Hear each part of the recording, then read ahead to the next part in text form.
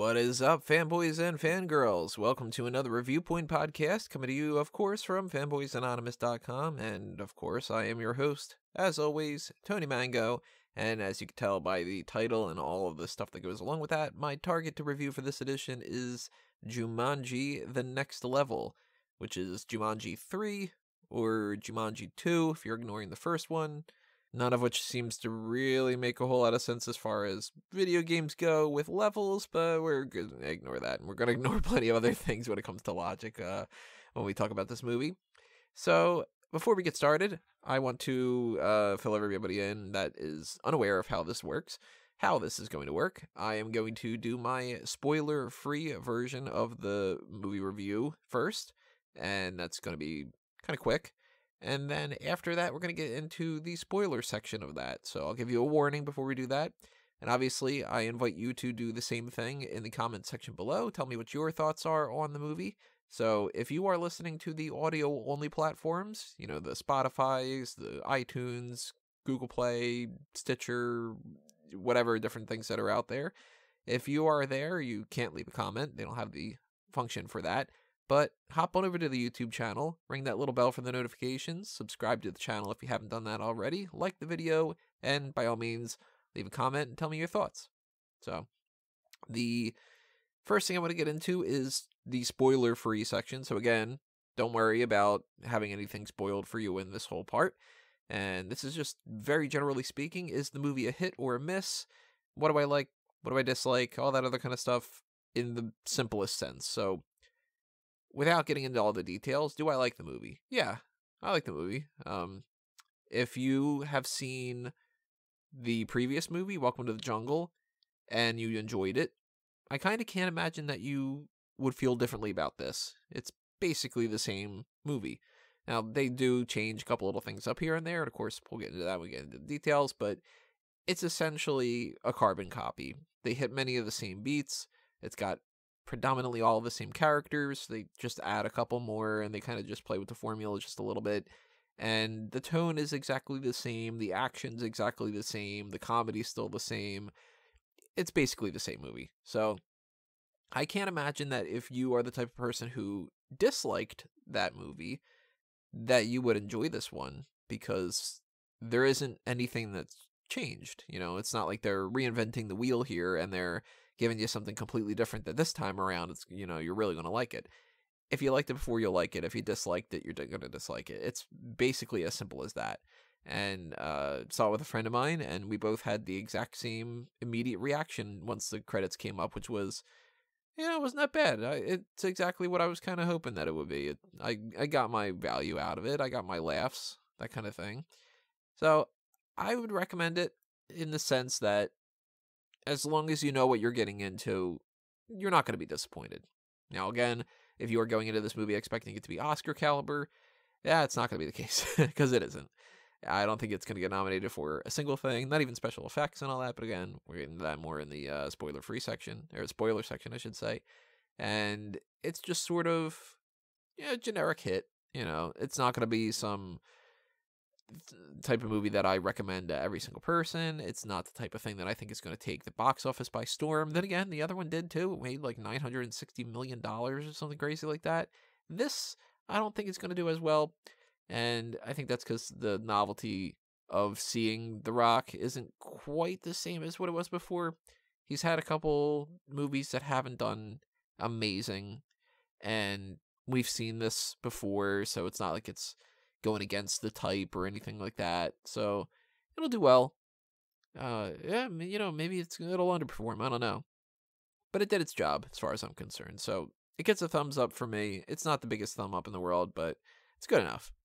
So with that in mind, now it's time for me to start the spoiler section. So warning, if you have not seen the movie yet and you don't want to know what happens in there, bookmark this, go watch it, come back, listen to it later on.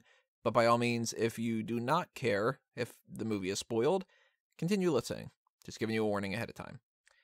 So we're going to break this down the way that I've been breaking down the other things in the Making the Grade kind of setup, which is 3 different things for storytelling aspects and 3 different things for technical aspects. And it's easier to get through the technical first, so let's go ahead and do that. The acting. The acting is on par, again, with the first one. There's a lot of just like, yeah, it's exactly the same as what the other one was. So it's the type of acting that you would think would be in this type of movie. It's no Oscar caliber stuff. There's no huge performances that are just chewing the scenery or anything like that. Everybody's just sort of playing a caricature of what you would expect them to be. And when these characters are being played by multiple different people, it's like one person jumps into the different body of the other thing. That's where the movie has most of its fun, and I'll get more into that with the character side of things. But the acting-wise, when they start changing things up, some of them are really doing a great job, and some of them are kind of falling short. To be perfectly honest, I was a little bit disappointed with Dwayne Johnson's version of Danny DeVito. I know that that's really the major selling point of the whole movie, and a lot of the laughs come about from that, but it didn't quite land as well as I was hoping that it would. He does, get to the point where that's supposed to be Danny DeVito's character, and that's something that maybe if they would have gone through this a little bit longer, maybe if they would have spent more time together, then maybe he could have picked up a little bit more of his mannerisms and maybe the accent a little bit more, because the voice was one of the things that was a little bit of a disconnect for me. Awkwafina, when she's playing Danny DeVito, she's kind of in the same sort of similar situation. Jack Black's really the one that does the better job, I think, out of everybody, of playing the different versions of the characters. He's playing both Bethany and Fridge, and mostly Fridge throughout the whole movie. But I think that he's the one that really stands out. He really shines. Kevin Hart, actually, though, I don't know. See, Kevin Hart is doing a really funny job in the movie, and his whole interpretation of how to be Danny Glover actually might have been my favorite one, now that I'm thinking about it. I might give him the nod over the Jack Black situation. Karen Gillan, unfortunately, doesn't get much of an opportunity to really do anything else. For some reason, they decided that they wanted her to just be Martha again, and I'm very curious why they went in that direction, because, she did that the last time, so if you're not really breaking new ground, then, kind of like, what are you doing? Why is she the only one that really doesn't get to play somebody else? That's pretty disappointing. I think that if I were Karen Gillan, I would have been like, hey, what the hell? Like, Dwayne gets to be Danny DeVito this time, and Jack Black gets to be Fridge, and Kevin Hart gets to be Danny Glover, and Awkwafina comes in, and she gets to play different people, and I'm still just me. Like, I'm just still Martha, the same. That's very disappointing. So the acting, the kids are the kids. They don't really have the most amount of screen time in the first movie to begin with. The previous one, the one that came before this, not the first movie, like the Robin Williams one. Obviously, they weren't in that at all. But it's mostly about the in-game characters. The kids outside of it, they only have a few minutes, so can't really judge them one way or the other. Same thing for even like Colin Hanks. He's just sort of there for a minute. Or apparently Ashley Scott was supposed to be in this movie, and her character got cut, or her character wasn't really there for me to notice. There's plenty of other people. There's like Daniel Ramirez, who you might recognize from Heroes. She's an NPC at one point, and I think that she did a funny little job there. There's Rhys Darby, who is Nigel. Again, he does the exact same job, but you know what? That's actually a positive thing, because his character is another NPC. He is repetitive. He's the type of character that's just putting out exposition. And in the first movie, he's just repeating the same lines and everything. And this time around, he should be doing the exact same thing. So he looks the same. He's saying it in the exact same tone. He knocked that out of the park. That was really good. Wasn't the biggest fan of Rory McCann as Jurgen the Brutal, but then again, it's kind of a nothing role. There's not much to sink your teeth into with that one, so it's a pass. And really, everybody else is just sort of there. I mean, there's guards and stuff, but none of them are really all that matter. So it's mostly the characters inside the game again, and when you don't give Karen Gillan somebody to really play around with, then she falls short. When you give Jack Black something to deal with, then he rises to the challenge. Kevin Hart, he does a great job. Dwayne Johnson, not as good as I was really hoping, and so on and so forth. So acting-wise, you know, one of those things. Visuals, there's obviously parts in this movie that the CGI stands out, and you can tell that it looks pretty fake. And there's other parts in the movie that I'm sure there's so much CGI that I'm completely unaware of, whether it's like background elements or maybe the desert itself, maybe the whole thing is fake. I don't know. We've kind of gotten to the point now where it's hard to tell when certain things are CGI unless it just looks bad, or you know that, like, for instance, the Hulk is not a real thing, so it's obviously like a flying horse is not going to be a real practical thing. And when you look at that, you can kind of go, oh, that looks a little fake. That stands out. Whereas something like, for instance, just like the tower that they're walking towards, maybe that's all fake. And, that looked kind of real. And it's a video game, so there's a little bit of leeway as far as if you want to try to explain some of the fake stuff, it's just being like, well, it's bad graphics in the game. But that's really just, let's hand wave that and kind of make up an excuse. So the CGI overall is pretty good.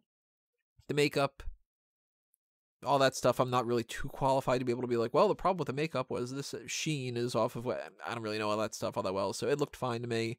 The costumes, they looked fine. The sets, same thing. It's all the visuals. If you want to just boil it down to visuals, they're all fine. They're hits. The audio, the music, the sound, all that stuff, same thing. The soundtrack itself is not really all that much. And the score is just background music. There's nothing that stood out to me as far as bad or good. So more so than anything, if something doesn't stand out as bad, then it's good enough. It's just, it doesn't have to be the type of thing that you're like, my God, I need to download that score because, the Force theme is so great, or, the main theme from The Godfather is amazing, or something like that. You don't have to technically have something that's like catchy or anything just for it to serve its purpose, and it served its purpose in the movie. Good enough. It's fine. So, another thumb up, another hit, even though it's not, something I'm going to go crazy over. So let's go to the storytelling aspects. The story this time around, again, spoilers, is that the friends have gone their separate ways and they still keep in touch, although Spencer has been struggling and he feels like he's back to being the same weak person that he was before, and he decides to go back into the game because he wants to feel how it felt to be Dr. Bravestone again.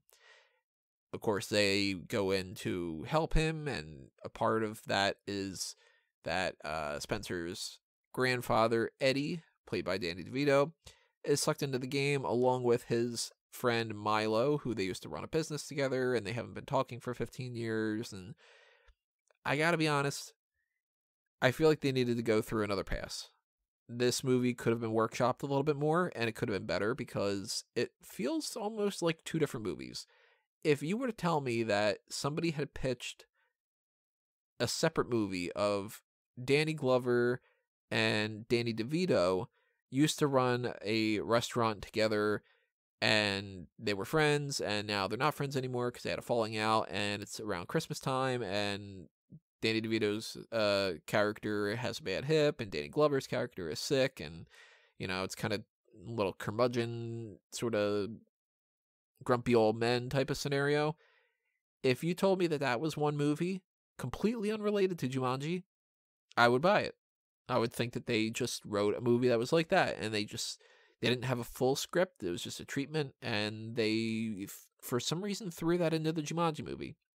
Because really, when you think about it, and I know that this is maybe diving a little bit too deep compared to what most people going to see a Jumanji sequel would really care to, they're going to shut their brain off and just laugh at the jokes and stuff, but the purpose of the different people in this movie, it's not quite the same. Now, with Welcome to the Jungle, you had these four characters, and one of the criticisms for the movie is that one of the four doesn't really get any kind of character development. Spencer goes from being a shy, timid, nerdy type to feeling very courageous and getting a little bit more pep in his step, so to speak. Martha kind of is in the same situation. It's sort of just a copy and paste of that.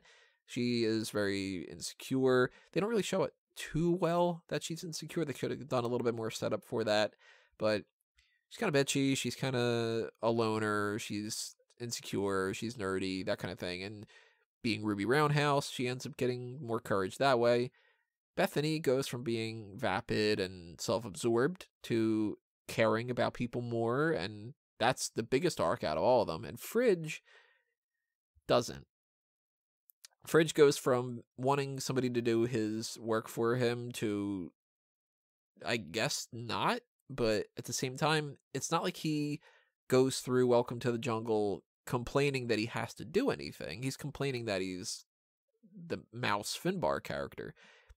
They didn't quite write Fridge all that well. So I was hoping with this movie that Fridge would get more actual character development. And this is going to lump into the characters with the story as well.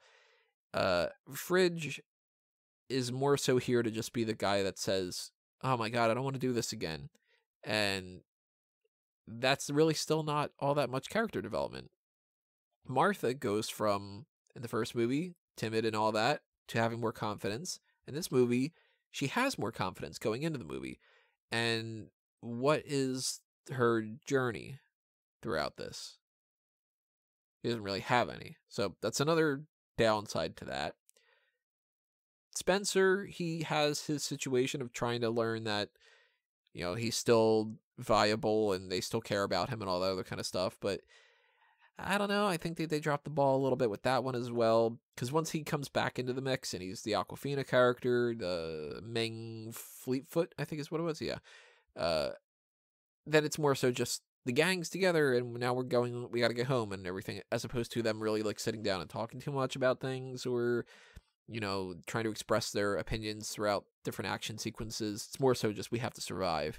There's that one little part where he and Martha are climbing the mountain, I guess it is, I don't know. And they're, you know, kind of talking about how their feelings are and this and that.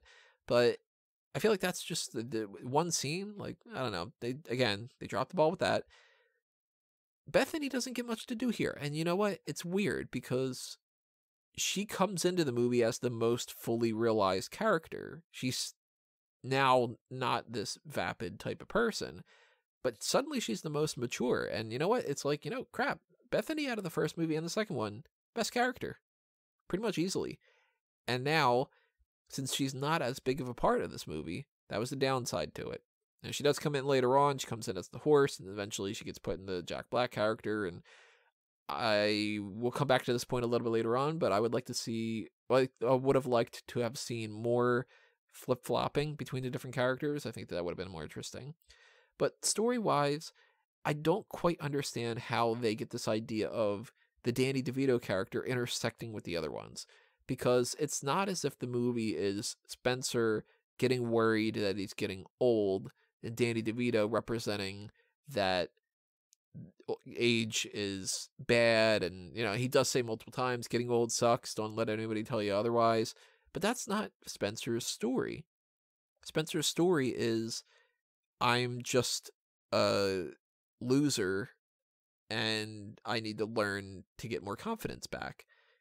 So it's weird because it's like, well, Danny DeVito's character and Donald Glover's character, or Danny Glover's character, Donald Glover probably gets like so many times.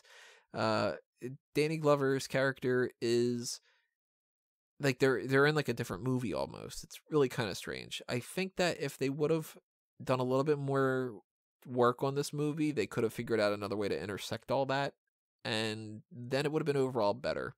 So the story, I gotta honestly say it's a miss. And some of the things that come into this movie too, just as far as like the world building, doesn't make a whole lot of sense. And again, I joked with the whole idea of like, well, it's the next level. It's, you know, the first movie, but it's the second one. It's a follow-up for this, whatever. Levels are not like that. You know, games have different levels, but the levels are the challenges, and then the game ends. And when the game ends, it's not that it's the next level, it's the next game. Now, they're calling it that because it's just another title. And the title's not a bad title, but at the same kind of perspective, how does the game change all that much? The game's broken, and that can lead to some of the little glitches here and there, but, you know, oh, we're on level 2. Now there's suddenly, you can start the game all over again with brand new characters and brand new villains and all the other kind of things that go along with that. And it doesn't make a whole lot of sense. And I know that there's people out there that go, it's just a stupid movie. Why do you care about this? Oh my God, just enjoy it, whatever. But plenty of other movies have ridiculous concepts, and they actually do the work. This movie just wants to go, just fucking do it. Just shut up with the logic. Stop applying logic to my movie. I want to have this joke because I want to have that joke. And what do you mean that it makes no sense for somebody to be able to pick a character that's a horse? Wouldn't it be funny if the person was a horse? Then shut up and laugh at the horse. That's kind of how this movie treats it, and I don't really like that all that much. Because of the characters, too. I mean, we got the same ones we got before, and I would have liked to have seen a little bit more flip-flopping, as I said. I liked the parts of Fridge being in the Jack Black character, Shelly Oberon, and we only had about, 20 seconds or whatever it was of Fridge being in Ruby Roundhouse. I would have liked to have seen more of that, split the difference a little bit. Maybe Bethany pops into the movie, and instead of her being the horse and then the Jack Black character, maybe she becomes Mouse for a little bit. Or maybe she becomes the Awkwafina character. I don't know. Like, the Awkwafina character, didn't like that one all that much. Kind of seemed like it didn't serve much of a purpose other than to just have some more representation in the movie. And I'm not opposed to representation in movies. I think that if you can incorporate different people from all over the planet in different ways, then that's great. But I do feel like a lot of movies shoehorn that kind of concept in there nowadays, especially. And ultimately, I kind of feel like they started this with the idea of, well, we like Awkwafina, let's put Awkwafina in the movie. Well, what should she do? I don't know, we'll figure it out. And that's kind of more so where they went about this, as opposed to them going, okay, we have a script, and we know where we're going to go here. So what type of character can Spencer be filling into? Okay, well, he could do this, he could do that, he could do that. I know, we could make it this type of person and that type of character, and we could get this type of actor or actress for it. I kind of feel like they did the opposite, that they started with Awkwafina and worked their way backwards, instead of leading to the point where they were like, and Awkwafina would be a good person to play that. The horse is it's just a horse. It's stupid. That was a waste, I think. I really liked the whole Mouse Finbar and Milo combination of things, and once Milo just became the horse, Milo fell off the face of the earth. So that was disappointing. Alex is just Alex again. I think that they kind of missed an opportunity to do something different there, too. Maybe he could have gotten into the horse. I don't know. I don't think that the horse is really a great idea to begin with. I probably would have replaced that with something else. But then again, I probably would have worked a little bit more on the movie. And as far as like the tone and the atmosphere and all that stuff, the comedy's funny. I laughed quite a bit at the movie. I didn't like uproariously laugh and have my stomach ache and my tears flowing down my face or anything like that, but I laughed quite a bit, so hey, it's good. The action is some good action. Not the best in the world, but good enough. Basically like the other movie. There isn't really any romance. It's not really supposed to be, so you can't really judge it on that. But I don't know how to really wrap that up. I mean, that's kind of the best way to say it, I guess, is it's a little bit disappointing because they could have gone in a lot of other directions that I think they could have had a little bit more fun with. If they would have played around more with flip-flop in the characters, I think it would have ultimately made a better movie. I do think that the villain plot and a lot of the things that go along with building this movie are just sort of flawed. So it works well enough for what it's supposed to be doing. This is not some movie that they would have been workshopping for years and trying to hammer out exactly the right script. It's not like the most complicated thing in the world, and it's not the most important thing in the world and all that, but it does drop the ball a little bit, so it is disappointing in that way. And overall, if I have to say, is it a hit or a miss? It's a very weak hit. It's good enough for people who are going into this movie having liked the first one. And I'm sure that if you felt strongly one way or the other, you're going to feel strongly one way or the other about this one too. So to round things out here, as I mentioned before, drop a comment below. Tell me your thoughts on the movie, from the hits and the misses and everything in between. Make sure that you subscribe to the YouTube channel if you haven't done that already. Follow us on Facebook and Twitter. Check out the merchandise shops on Redbubble and TeePublic. And hit up the Patreon if you want to see more things for Fanboys Anonymous, whether it's the YouTube channel side of things or it's on the website itself. So obviously check out fanboysanonymous.com. And I, of course, always want to do more for this channel and never really quite have the time. So the best way to make sure that I have the time is to donate to the Patreon. Even $1 goes a long way, especially the more people that do that. But there is the Pick Your Poison tier where you can request an actual special feature or some kind of gimmick of sorts, and I will, get around to doing that, because that's kind of the whole point. And if you just kind of stay tuned for whatever else is coming up next, then it's coming up next. That's the way that it works. And I'm pretty sure at the very least that you're going to be hearing from me as far as Star Wars: The Rise of Skywalker, and I anticipate quite a bit of ranting on that one, based off of the way that The Force Awakens and Solo and Rogue One and The Last Jedi in particular made me feel, and who knows what else is happening. But if you just keep checking fanboysanonymous.com, it's all going to be happening there. So thank you for all of your support in whatever way it is, and I will see you next time, everybody. But for now, it's time for me to geek out.